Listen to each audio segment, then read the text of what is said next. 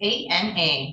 Okay, all right. So we are back on record on the Collier matter for the final review. The court had also heard testimony and taken proofs on a termination request, took those as well as issued an order asking the attorneys to do their closing arguments and received those.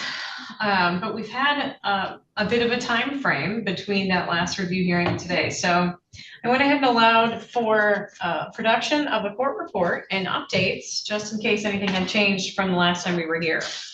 And I would like to ask the parties to simply consider today an additional extension on those issues, review, permanency planning, and termination as we review what's happened in the last report period. And I will certainly be giving you a decision today on the request for termination.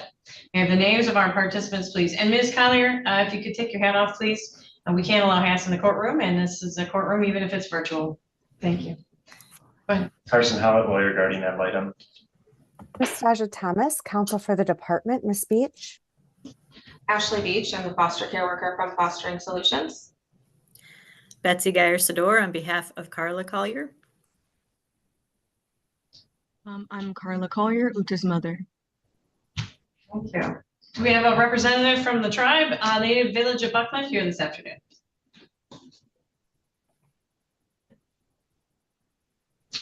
Okay. Do we know if, do you want to cover that in your testimony today, Ms. Beach, as far as efforts to reach out to them, or what do you think? I can. Okay. I can do that or give an update now, whatever you prefer. All right. Ms. Thomas, do you have a preference or any direction for us on that?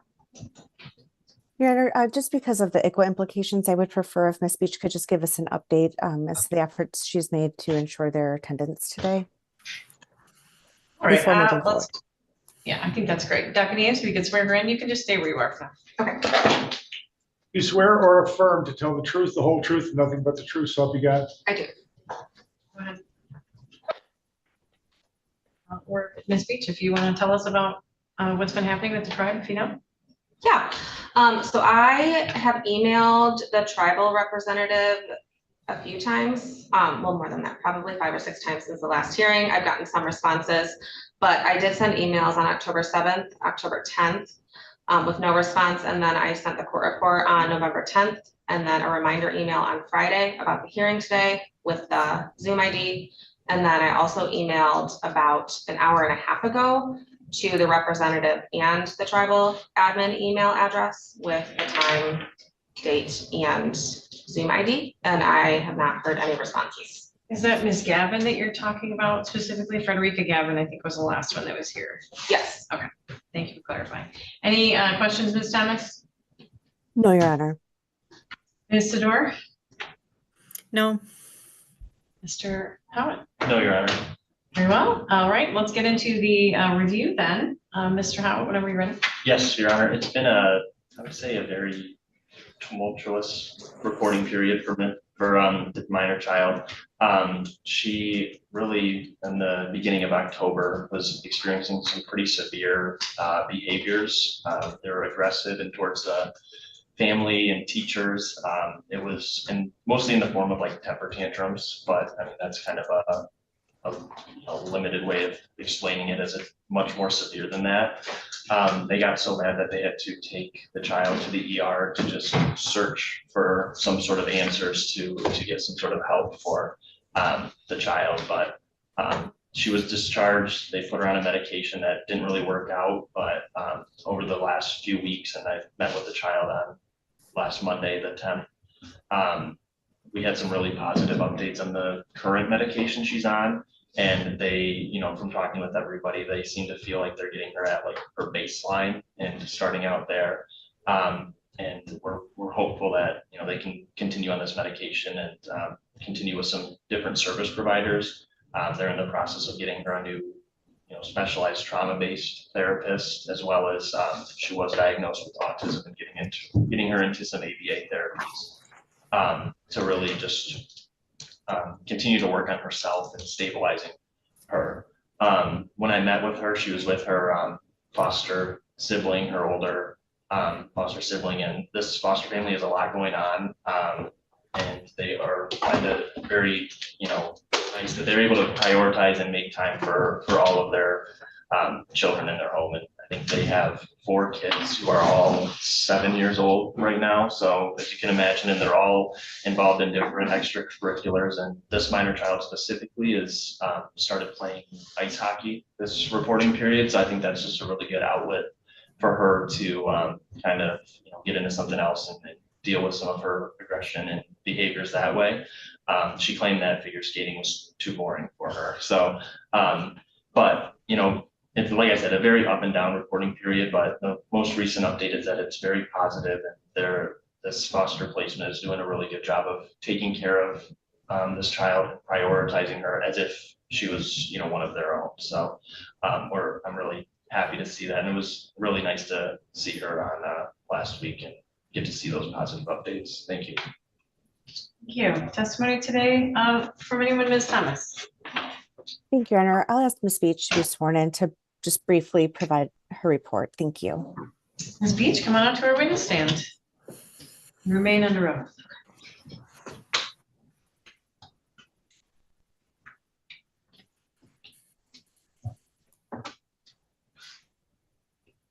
Ms. Thomas, whenever you're ready. Thank you, Your Honor. Ms. Beach, you've provided a court report for today's hearing. It has several attachments, but I just want to double check to make sure there are no updates or modifications that need to be made to the report or any of the attachments. Not at this time. Okay. Okay, and I know it's kind of been in a different type of reporting period because we have already made arguments as relates to the termination request. But during this reporting period, can you just briefly summarize your communication efforts with Ms. Collier and ensuring that you're continuing to comply with the active efforts requirement of this case? Yes, so I have tried really hard to maintain weekly or every other week contact with Ms. Collier and her attorney via email due to Ms. Collier living in Alaska. The distance to have any in-person contact is obviously a barrier. I've included our email threads as an exhibit to the court report, just showing that I'm continuing to make efforts to engage and get signatures on required documents and such. We did have a family team meeting that occurred virtually on September 19th, where we were able to discuss the services Ms. Collier was participating in, and she showed me her house virtually. So that was able to occur. And then I continued to maintain contact with the tribe, or attempt to, and make sure that they're staying up to date on the child's needs and any concerning behaviors or changes in her behavior or care that I think they need to be made aware of. And then I've also invited the tribe, and Ms. Collier has been invited to participate in meetings with the school to discuss the child's behaviors and educational needs. So those are things that have happened this reporting period. Thank you for that update. And has there been any significant change of circumstances as relates to Ms. Collier or the child that the court should be aware of that might make the agency or the court reconsider the request for the permanency goal to be adoption at this time? I don't believe so. Okay. I know that in the report, there was some indication from Ms. Collier's, I'm not clear if it's her therapist or a service provider liaison individual regarding her physical health and that being addressed more recently. Have you been able to get any of those medical records at this time? I have not. Okay. And has there been any change to the stability of the child's placement? No, the placement remains committed to the child and has shown that they are able to meet any needs that arise. Okay. And I know that in the report, Ms. Bloom has also indicated several times if, adoption is in fact, what is going to happen for the child that she would like to be considered. Is there any movement on an ICPC request at this time, or have you been waiting for the court's opinion? We've been waiting for the court's opinion just because there is an extra box that needs to be checked for adoption when making that referral for ICPC. We did previously make an ICPC referral for placement for that relative, which was denied because she said she was no longer able to accept the child. So we'll make another one and check both placement and adoption boxes if she becomes available for adoption.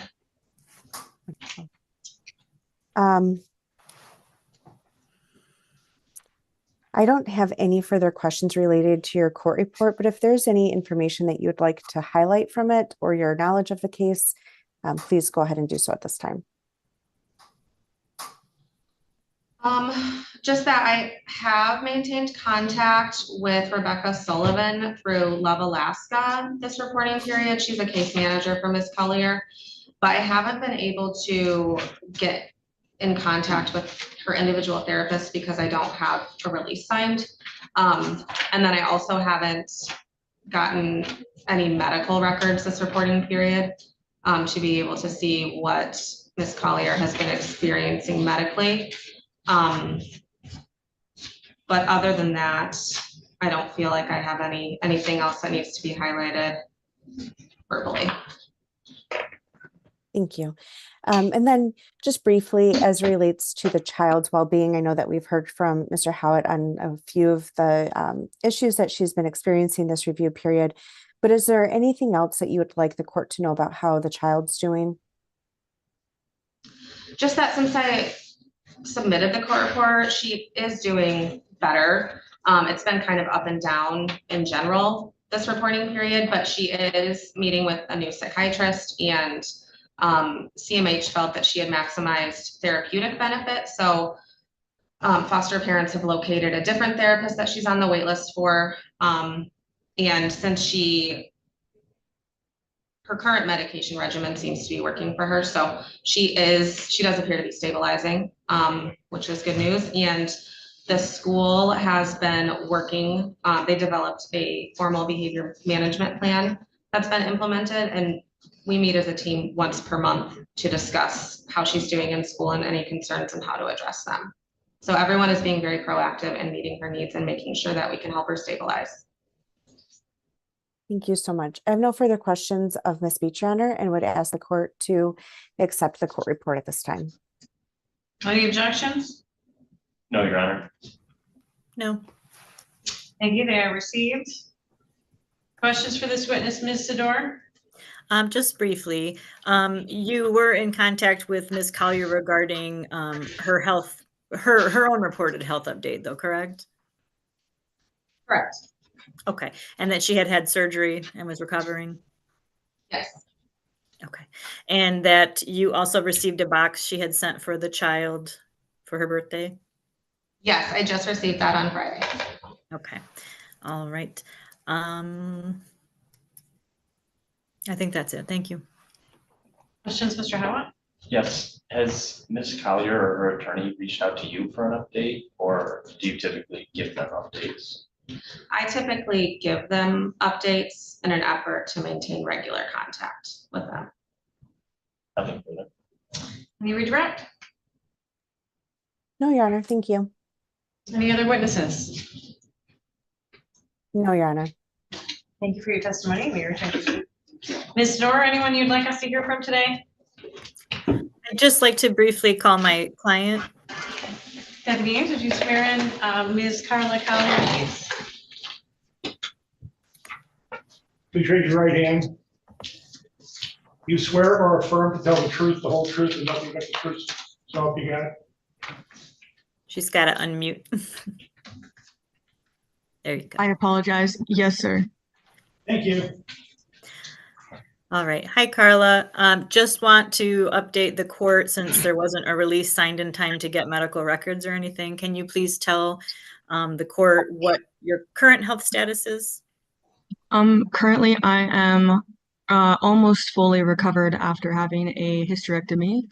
Not something they do often for someone my age. but it went well, and I am working through cleaning different people's homes and the churches, something that I couldn't really do very well before. So yeah, I had a hysterectomy, and they were able to correct internal damage caused by my abuser. Okay. And then in terms of working, has your doctor limited your ability to do regular work while you're recovering?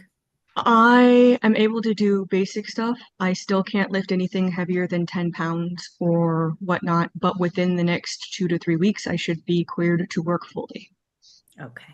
And you sent a box for Uta's birthday, is that correct? I did.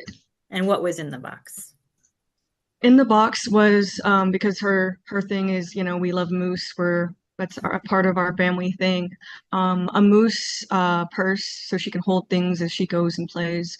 A book that we used to read together. I can't remember exactly the name of it. Stellella, I think, or something. Stella Luna, I believe it is. And an outfit that I thought she would enjoy having, because we enjoyed clothes shopping. And just a bracelet with a moose on it that says how strong she is and how much she's loved by everybody, not just me, but those who are caring for her now. Yeah. Did it have a quilt as well, or no? Are you still working on that? I'm working on the quilt. Okay. I'm And then taking. I'm sorry, in terms of the meetings that Ms. Beach had testified about, the one with the school, were you able to attend that meeting virtually? I was never sent a link, and I can send you proof of that after, whenever is convenient if needed. Okay, so you didn't attend that one, but you wanted to, is what I'm I asking. very much wanted to. I'm very grateful. The school has done a wonderful job in helping her. Okay. All right, thank you, that's all. Any questions, Ms. Thomas? No, Your Honor, thank you. Mr. Howitt? No, Your Honor. Any other witnesses, Ms. Sador? No, sorry, thanks. Mr. Howitt, anyone you'd like us to hear from? No, Your Honor. Very well. Comments in closing, beginning with Ms. Thomas? Your Honor, we are just requesting or renewing our request for the relief put in our petition. I think at this time, the child has waited a significant amount of time to achieve permanency and finality. And I'm grateful for Ms. Collier taking the opportunity to give the child what sounds like a really meaningful gift basket for her birthday. And that mom's able to address her own physical health needs at this time. However, given the length of the time that this case has been open, the active efforts that were employed, I don't believe that there's a significant change of circumstances in which we could, in good faith, ask the court to withdraw our request for termination to allow the child to be adopted. And so we are just asking the court to issue its ruling so that this child can move forward. Thank you. Mr. Howitt. Oh, I'm sorry. Let's go to Ms. Sador first in case there's anything you want to respond to. Ms. Sador. We would still rely on our closing statements that were written that we submitted after the trial. We are awaiting a ruling. And again, we would ask that you deny the termination petition. Thank you. For purposes of the review and permanency planning hearing, the court finds all interested parties are given notice for purposes of today's hearing. The hearing is consolidated and continued termination consideration request as well. The child continues to be in the safest and least restrictive placement with the necessary and appropriate goal of adoption in this case. She continues to struggle mightily with some of the diagnoses that she suffers, some potentially identified as genetic at this point, but many more that have been documented by different service providers and analysts, including through trauma assessments, psychological evaluations, IEP evaluations, and just regular interaction with her, as certainly being outgrowth of the trauma that she suffered before being removed from the care of her mother September 1st, 2023, just before the age of 4. So the lack of progress on the case services plan continues to be persistent. The active efforts of our agency are certainly above and beyond even, I think, what has been considered in many other cases. And so I do want to take a moment to recognize those efforts. A good example that Ms. Beach highlighted in her testimony is that weekly or biweekly reach out. Typically, last time I checked, at least the foster care manual indicates once a month reaching out. Certainly not weekly or biweekly, certainly not emailing updates and invitations at the frequency that the department has done so. And especially in this case where we had a significant period of complete disengagement, I just want to say that I really think that the professionalism of this agency has really been highlighted in this case by their willingness to re-engage. Francesca Madrid and some of the other caseworkers, I'm sure as well, suffered through a lot of accusations and very difficult parenting time sessions. And I'll go as far as to say punishing and humiliating episodes in attempts to try to move this case along and fulfill their obligations to provide active efforts in this case. And they certainly have done that, and the child has benefited from that at least, but there has been no significant benefit that would allow me to find that the risk of harm associated with returning this child to the parent has been alleviated. And I'll articulate more of that in the written opinion that I have before me today, but that I will read onto the record so that you all won't have to wait for this to come to you by email or by mail, and you'll have a thorough decision on that point.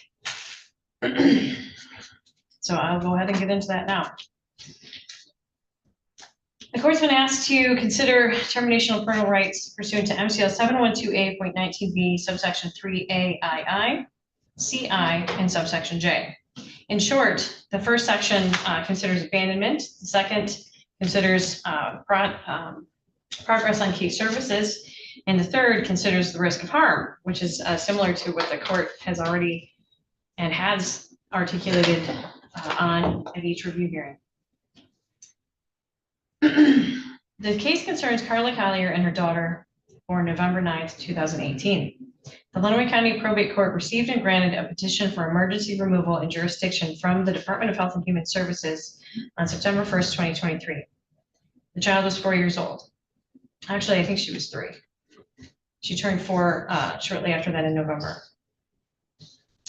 The preliminary hearing was conducted over several dates, September 1st, September 25th, and October 4th, 2023. The caseworker testified. The case was immediately recognized for ICWA MIFPA considerations, and the native village of Buckland, Alaska was asked to join.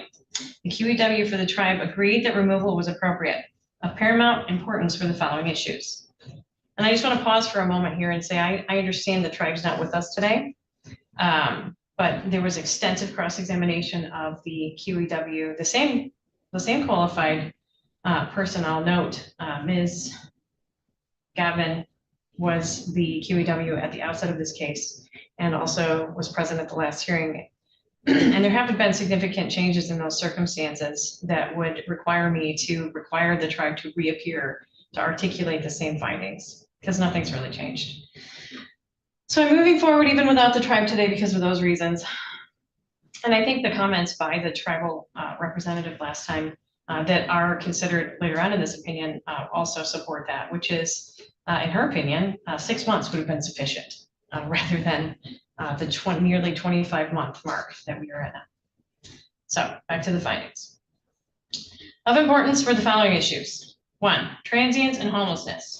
The September 1st, 2023 petition indicated that Carla Collier had lived in 10 states in 2 years, had gone from shelter to shelter, and was even attempting to turn her child over to a person in Canada whose identity was unable to be confirmed.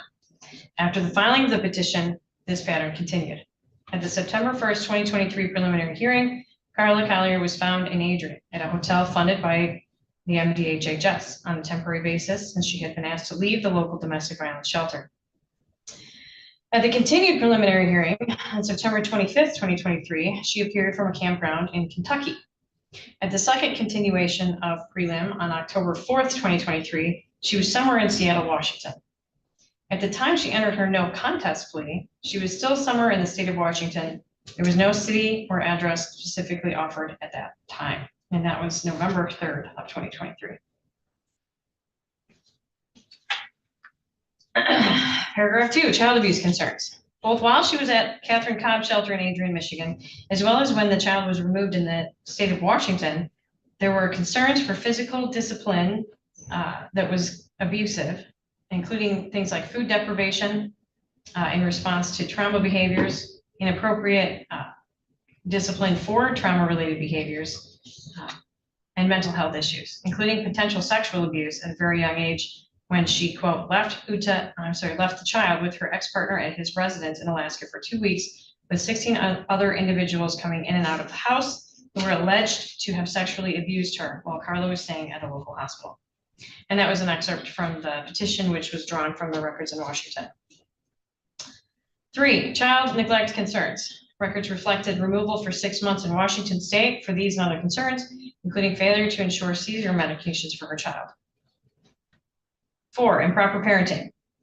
When mother and child arrived in Adrian, she was reported for concerning parenting while staying at the local Catherine Cobb domestic violence shelter. MDHHS attempts to prevent removal included programming called Families First, as well as support from the staff at the Catherine Cobb domestic violence shelter in Adrian, Michigan. Despite these efforts, she was asked to leave, having refused to cooperate with the rules of the shelter, refused to change any dangerous parenting patterns, and even referring to another resident's Black child as an animal at the end of her stay. On November 3rd, 2023, respondent Carla Collier asked to enter a no contest plea, asking the court to take judicial notice of the testimony offered by the department at the preliminary hearings and effectively admitting the facts outlined in the petition. At that hearing, the tribe did not appear despite notice, so the court took the plea under advisement. Even at this early juncture, however, parenting time had to be reviewed and reduced due to behaviors triggered during and by mother's virtual visits. Observations of the child included, quote, she repeatedly yells she wants to end the call. She gives looks to the workers when we try to fix the phone for her to be able to see mom. She will purposefully not answer, and then just immediately after the visit, I struggle to redirect her and get her to settle down again. And then there are the reported behaviors from the foster parents in the home, end quote. The child at age 4, at this point, expressed self-harming behaviors and struggled with even seeing her mother on the screen without a negative reaction, both visibly and audibly. She would repeatedly slam her head against a wall, tantrum, refusing to allow anyone to help her. Compounding frustration from caregivers and the child, mother simply ignored her child's feelings expressed during these visits. The foster care caseworker was already acting quickly on referrals for the child. Trauma assessment was scheduled for 11/28 of 23. The child was already being seen by Mia Hamden of Lenawee Community Mental Health Authority for play therapy and scheduled EMDR. But this professional did not want to weigh in on parenting time. The court confirmed the worker should find another professional to weigh in to assist in addressing future parenting structure. But to preserve the child's mental health and physical, the court reduced contact between mother and child.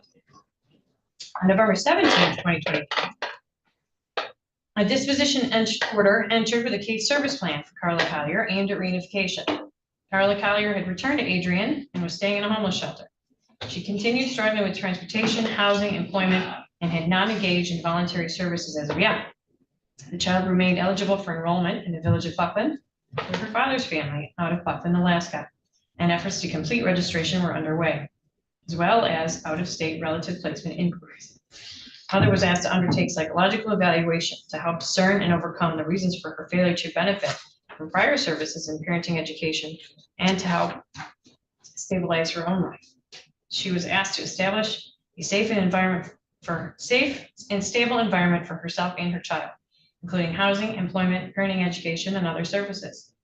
Regular quarterly reviews were conducted until the supplemental petition for termination of parental rights was filed on March 21st, 2025. Initially, Carla Collier was engaged in making efforts to undertake difficult therapeutic work to reunify with her daughter.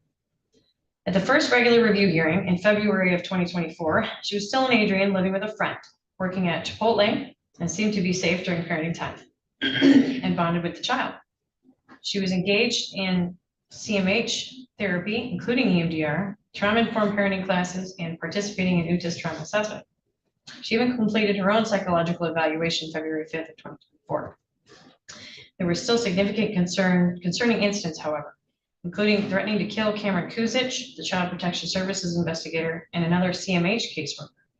She was also insisting she wanted the child raised Norse pagan and wanted her child singled out against Christian prayers and chapels at school. The tribe was also, unfortunately, continuing to be absent for reviews, but it was clear the foster care caseworker was using active efforts in engaging mother. providing transportation, ensuring frequent and regular interaction with mother, hands-on assistance, and applying for housing, employment, and other referrals. Meanwhile, the child's story continued to unfold only to demonstrate increasing special needs and complicated trauma-based behaviors. She was reportedly doing well in her placement, despite a PTSD diagnosis from the trauma assessment initial analysis. She continued to frequently demonstrate aggression towards others, becoming easily overwhelmed and needed regular use of isolated safe spaces. Supported in visitation using family therapy, including a referral for attachment therapy with mother. She was engaged in occupational therapy for sensory processing work and work on fine motor skills for developmental delays. At the second review, May 16th, 2024, mother remained living with a quote support person. Yes, quote, we weren't sure how many people were living there or who was living there. She was still employed part-time at the local Adrian Chipotle, exercising limited supervised parenting time. There were uncommon concerns about a quote support person quote for mother who had to be delivered a cease and desist letter from the department. And I think it was actually the agency for hundreds of accusatory text messages, complaints, and harassment. This person, unsurprisingly, was prohibited from being around the child. It was further noted that this appeared to be an extension of a pattern already noted by the prior caseworker in the Washington State case interventions, specifically the observation that mother tended to, quote, make quick connections with support people who may not be appropriate for her child to be around, end quote. Of additional note, mother had voluntarily terminated services through Lenawee County Mental Health Authority, citing her dissatisfaction with the, quote, professionalism, quote, of her caseworker. Her psychological evaluation revealed significant trauma in mother's past, which appeared to continue to interfere with her overcoming the barriers to reunification. A psychiatric evaluation from Adrian Counseling and Psychiatric noted, quote, she has the following diagnoses: major depressive disorder, recurrent, moderate, generalized anxiety disorder, attention deficit hyperactivity disorder, combined type, and post-traumatic stress disorder, chronic, end quote. Several medications were indicated. It was clear she needed to continue and even double down her efforts. Despite her child removed from her care September 1st, 2023, by May 16th, 2024, she still had no independent housing, no income sufficient to support herself without an arguably dangerous support person, and no regular or sustained individual therapy progress. She had no transportation, and a strange and continuing pattern of involvement with people who compromised her progress with the caseworkers, therapists, and referral service providers. She also seemed to be fixated on ensuring the child was safeguarded against understanding or practicing Christianity, effectively undermining the placement's efforts to provide private Christian school education for the child and participation in foster family activities like church on Sunday mornings. There were concerns about her referring to someone her child never met as daddy during parenting time, and use of some language she claimed only her and her daughter knew. Mother had demonstrated stability in only one area in this extended review period, maintaining part-time employment at Chipotle. Her efforts to undermine the stability of her child's placement with special requests to change school, daycare, and avoid church were not enough to distract the court from recognition of her lack of progress during the report period, and the child remained in foster care. The trauma assessment indicated, quote, an insecure, ambivalent attachment style, quote, between Carla and her child, which did seem to reflect the very real pattern for Carla of being radically present in some ways and radically unreliable in others. Relative placement investigations through ICPC were denied for non-participation by potential placements. The drive did not appear. At this review, a deluge of information about the child was available and reviewed. The child's trauma assessment indicated indications for neglectful home environment, emotional abuse, exposure to domestic violence, impaired parenting due to mental illness, prenatal exposure to alcohol or drugs, and or maternal stress during pregnancy, lengthy or multiple separations from a parent, placement outside of a home, and frequent multiple moves, and homelessness. A bonding assessment for mother and child indicated that based on the observed interactions between them, they were determined to have an insecure, ambivalent attachment. The assessment indicated PTSD in a child under 6 with a possible overlap in symptoms indicating autism, which has not been confirmed. There were developmental delays indications of sexual trauma, memory and emotional control difficulties, significant needs. It is clear any caretaker would have to have elevated skills, tools, and flexibility to address the symptoms identified. Carla was referred to Brene Moore for therapeutic parenting time with her daughter to work on attachment and bonding therapy, among many other referrals from the psychological assessment. As of the hearing, she had not made any contact with Ms. Moore. August 15, 2024 marked the third review for Carla Collier, 7 months after Uta's removal. Carla remained living with a support person who passed clearance. However, someone new had moved in shortly before the review who still needed to pass clearance. She was no longer working at Chipotle, claiming to be part-time in a new job. She was attending individual counseling, but the counselor reported she was still working on Carla's defensiveness and understanding why her child was removed from her care. Carla still had not reached out to Brene Moore for attachment therapy with her daughter, despite repeated reminders from the caseworker. Her previous request for email delivery of information only was now a problem in communication. She also claimed a traumatic brain injury and a hospitalization in the last report period. She also continued to try to interfere with her child's foster home practices, asking to change to public school, despite her child's clear need for stability. She also indicated on the record that she had not even read the court report. Issues with mother's housing, employment, sustained mental health treatment, and parenting education remain significant barriers, and the child remained in foster care following the hearing. The child went her first full report period without a seizure. She was in 2 kinds of therapy pursuant to the trauma assessment recommendation. Once for individual therapy, twice weekly in-home. She underwent a psychiatric evaluation, including several diagnoses, such as ADHD, PTSD, and disinhibited attachment disorder, and was prescribed medication for the ADHD symptoms. She was using ankle braces to assist in walking and stability and attending OT-PT therapy as well. That's no less than 4 appointments weekly, not including T-ball, dance, or tutoring to get her ready for kindergarten. November 12th, 2024 marked the 4th review hearing for Carla and 10 months of foster care for her child. Carla Collier was, quote, couch surfing after being kicked out of her support person's apartment and had no verifiable employment. She appeared to be decompensating in her mental health, demonstrated by accusing caseworkers of stealing her belongings, being threatening and aggressive to her. She missed appointments for the child. At one point, the caseworker had to take an emergency call to consent for services for the child to get necessary medications. She was dropped from the supportive visitation program for lack of participation. She had attended the intake appointment with Brene Moore for attachment therapy, and I'll note here that the caseworker drove her to that appointment. But when she got there, she stated she did not know why she was there and never followed through. That was from the report period. Most painfully, she stopped visiting with her child abruptly as of October 21st, 2024, claiming, quote, that if she didn't get a new caseworker, she wasn't going to be working with the agency or visiting with her child, end quote. The court report contained many other examples of Carla's intentional negative commentary, and even one episode of complete emotional dysregulation and screaming at caseworkers. The caseworker had to ask for her visits to be suspended due to the effect these behaviors and missed visits were having on the child's mental health. The child made gains during that report period, transitioning into kindergarten well. She had reduced reliance on her ankle braces and only had 1 non-emergency seizure that report period. She still attended weekly PT, OT, and individual therapy with psychiatric supports and had her educational IEP in place as well. The agency was asking for a goal change to adoption, which was not addressed on the record that day. The order reflected continued placement in foster care appropriately due to lack of housing, financial support, and other circumstances reviewed by the court constituting substantial risk of harm in returning the child to Carla. The January 27, 2025 review and permanency planning hearing was the 6th review for Carla. Unfortunately, she appeared to be in the downward trend of stability.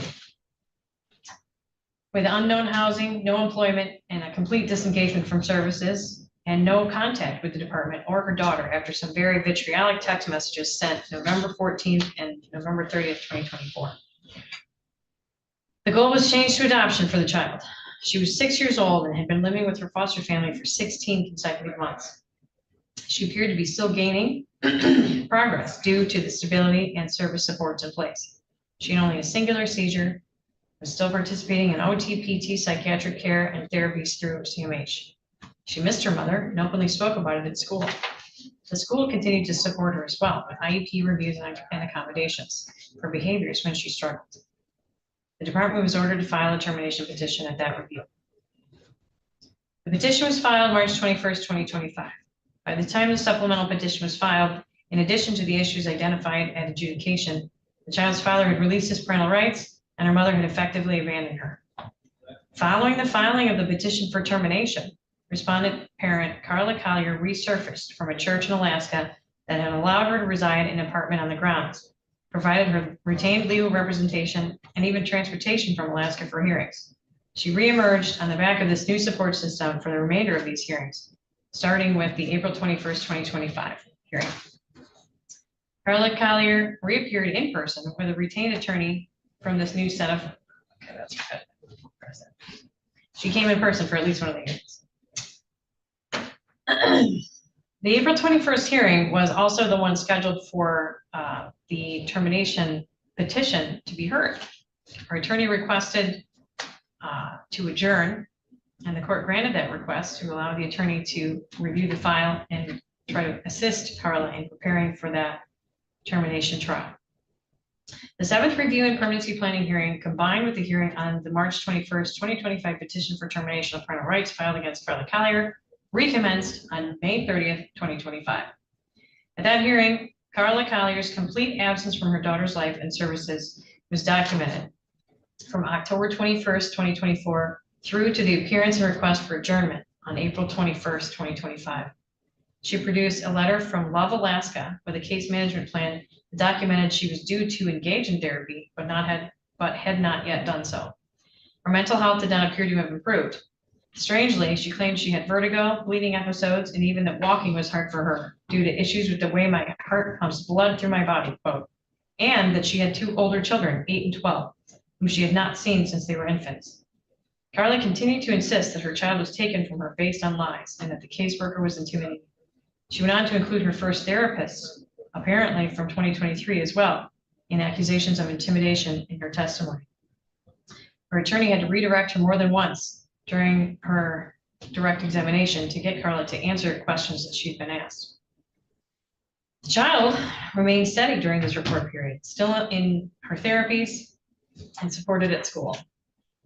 The native village of Buckland was noticeably absent at the outset of that hearing, and without a QEW, the court continued the hearing as to the termination trial, but conducted the review. Carla was provided with another copy of the petition requesting termination for review and preparation. An 8th review and continued termination trial commenced July 14th, 2025, some 23 months after the child's removal from her mother, and still nothing had changed. At this point in the case, the main worry with completing the termination proceedings was ensuring that the department had met their obligations under ICWA and MIFPA. The tribal representative had changed for the village of Buckland several times. Joe Washington appeared, but was unwilling to express an opinion as to whether or not termination served the best interests of the tribe. Of the child. The department requested a continuation to explore if further input could be had from the tribe. Carla had been offered assistance in searching for services in her area in Alaska, but had declined. She also remained unengaged in any services voluntarily, even though the Love Alaska group that offered support for her, had offered support for her, at least through individual counseling. The child's seizure disorder remained well supported, as well as her special educational needs and her behaviors, but her behaviors and self-harm began to truly plague her during this report period. The foster family and the department were supporting for additional autism testing, including for genetic markers and abnormalities. She continued to ask for her mother, despite her mother's 6-month absence at this point. The 8th review recommenced August 20th, 2025, just 11 days shy of 24 months after removal. Native Village of Buckland Representative Frederica Gavin appeared and testified in the capacity of qualified expert witness. She confirmed she too supported termination of Carla Collier's parental rights. Of note, she was the original QEW testifying at removal and indicated she would have expected this parent to remedy the issues within 6 months of removal. A July 3rd, 2025 email update from Love Alaska representative Rebecca Sullivan indicated Carla was being tested for the same rare heart condition Ms. Sullivan suffered, called postural orthostatic tachycardia syndrome. She indicated this may be the reason Carla had yet to begin her counseling or make any progress in obtaining regular employment or transportation. The child was reported as doing well in placement. Remarkably, towards the end of this hearing, an unidentified person present by video with Carla Collier offered the camera her middle finger. Frankly, this was consistent with Carla's involvement with the Michigan courts and the agency, but still surprising. Due to the attorneys in the court engaged in conducting the hearing, the gesture initially went unnoticed. The court allowed the parties to submit written closing arguments and indicated a written opinion would be forthcoming, but scheduled the next review and continuation of the trial as well. This final review is held November 17th, 2025. Altogether, Carla Collier was given over 25 months to rectify the conditions that brought her daughter into foster care. She remained without employment, wholly dependent on the goodwill of the church in Alaska for housing, and without any engagement in services in the last report period. The child still struggles mightily with the effects of her mother's parenting in the first few years of her life. Her seizure disorder is well maintained, but treatment for delays and trauma behaviors continues to be a winding maze for her and her foster family. Upward progress is significant for her and requires enormous support, analysis, and services from all the people in her life. Return to Carla Collier, who has made no progress and insists her daughter was taken from her based on lies, would most certainly put her in harm's way again. Very real physical, mental, and emotional danger. The court is asked to consider termination of parental rights pursuant to MCL 712A.19B3A2, 3CI, and 3J. The court may terminate a parent's parental rights to a child if the court finds by clear and convincing evidence that the child's parent has deserted the child for 91 or more days and has not sought custody of that child during that period. Carla Collier refused visitation and abandoned her child effectively October 21st, 2024, and truly remains gone. Engagement with the court resuming at the April 21st, 2025 hearing seemed to be at the insistence and facilitation of mysterious support people from Alaska. Even recognizing her re-engagement at court hearings in April of 25, the statutory 90-day period to measure abandonment was already met by the substantial 182-day timeframe she was completely disappeared. Re-engagement did not mean into services either, which left all risks associated with parenting time continuing to prevent her from even visiting with her daughter. So there is clear and convincing evidence of abandonment under 3AII. 3CI the court is asked if the parent is a respondent in a proceeding brought under this chapter, 182 or more days have elapsed since the issuance of the initial dispositional order, and the court, by clear and convincing evidence, finds either of the following. The applicable subsection is I. The conditions that led to the adjudication continue to exist, and there is no reasonable likelihood that the conditions will be rectified within a reasonable time considering the child's age. Hand in hand is section 3J, which is whether or not there is a reasonable likelihood based on the conduct or capacity of the child's parent that the child will be harmed if the child is returned to the home of the parent. Carla Collier has been a respondent subject to case services planning, offered active efforts towards reunification. For nearly the entire 25 months her daughter has been in care. She hasn't seen her daughter since October 21st, 2024, nor ever engaged in any real way with services to truly benefit herself. The pattern of depending on others noted in the Washington case persisted throughout the case in Michigan and continues for her in Alaska even now. Her brief engagement in services saw Carla's best efforts early on in this case. But even then, the biggest problem was her inability and unwillingness to recognize how her behavior and choices affected her child. She has never truly taken responsibility for the trauma and injuries to her child, nor engaged in any therapy that may have truly allowed her to do so. By way of example, the attachment therapy. She simply left in November of 2024 and has not returned. It seems the support people she has now are more interested in her appearance and participation in these proceedings than she is, receiving very little cooperation from Carla in their own attempts to support her in individual therapy services. Given that this is the pattern that has been in place for over 25 months in this case, and then 6 months in Washington before that, and likely many years before that even, especially if it's true that there are 2 other children out there, it is clear and convincing that there is no reasonable expectation she will remedy these risks in a reasonable time considering the child's age. Return to Carla Collier, who has made no progress and insists her daughter was taken from her based on lies, would most certainly put her in harm's way again. very real physical, mental, and emotional danger. If the child were returned to Carla, she would have no reassurance that the home that they are in would be stable. Even Carla's Love Alaska support person referred to the apartment as a temporary solution. The child would have no guarantee she would have the food and clothing she needs because Carla remains unemployed. She would be unable to rely on Carla for transportation to the many appointments for physical therapy, occupational therapy, trauma therapy, or even education she needs, as Carla still has no driver's license or reliable transportation. And worst of all, there's no guarantee that Carla would not expose her to physical abuse at her own hands, sexual abuse at the hands of others, or simply just neglect her needs on a global basis. There's no question that there's a reasonable likelihood, based on the conduct or capacity of this child's parent, that the child would be harmed if the child is returned to her home. The best interest considerations. The court considers a number of factors as to the best interest determination to conclude that there is a preponderance of evidence supporting termination of parental rights in this case. A summary in the November 10th, 2025 court report highlights important considerations as to the child's special needs. And I'm quoting the speech here. The current placement is in the child's best interest, as it is the least restrictive and most family-like placement available to her at this time. The foster parents are committed to meeting all of her needs, and they have an understanding of the child's trauma history, as they have had placement of Uta since she entered care over 2 years ago. In addition, the foster mother is a trained therapist with knowledge and education regarding how trauma impacts the child's development and behavior. The placement is willing to provide her with permanency through adoption if reunification with mother is unable to occur. The placement continues to meet all of Uta's physical, medical, developmental, and emotional needs. End quote.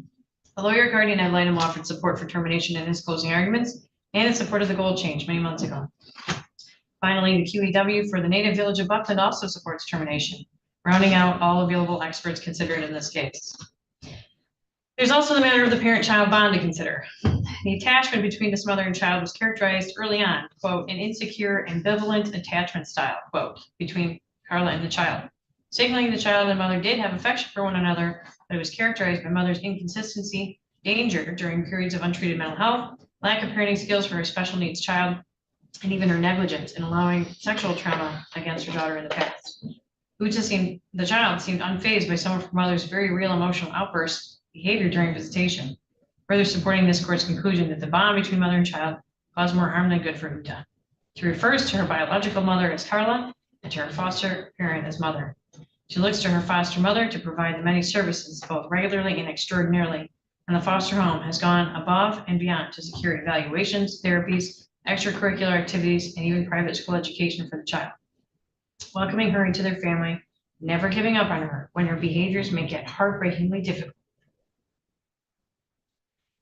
They have introduced her to Native traditions, maintained connections with her family, Native family members, secured as much information about her heritage as possible, and even honored Carla's request to introduce her to Norse pagan practices, hanging Native and Norse pagan prayers up and engaging with her to ensure she understands them.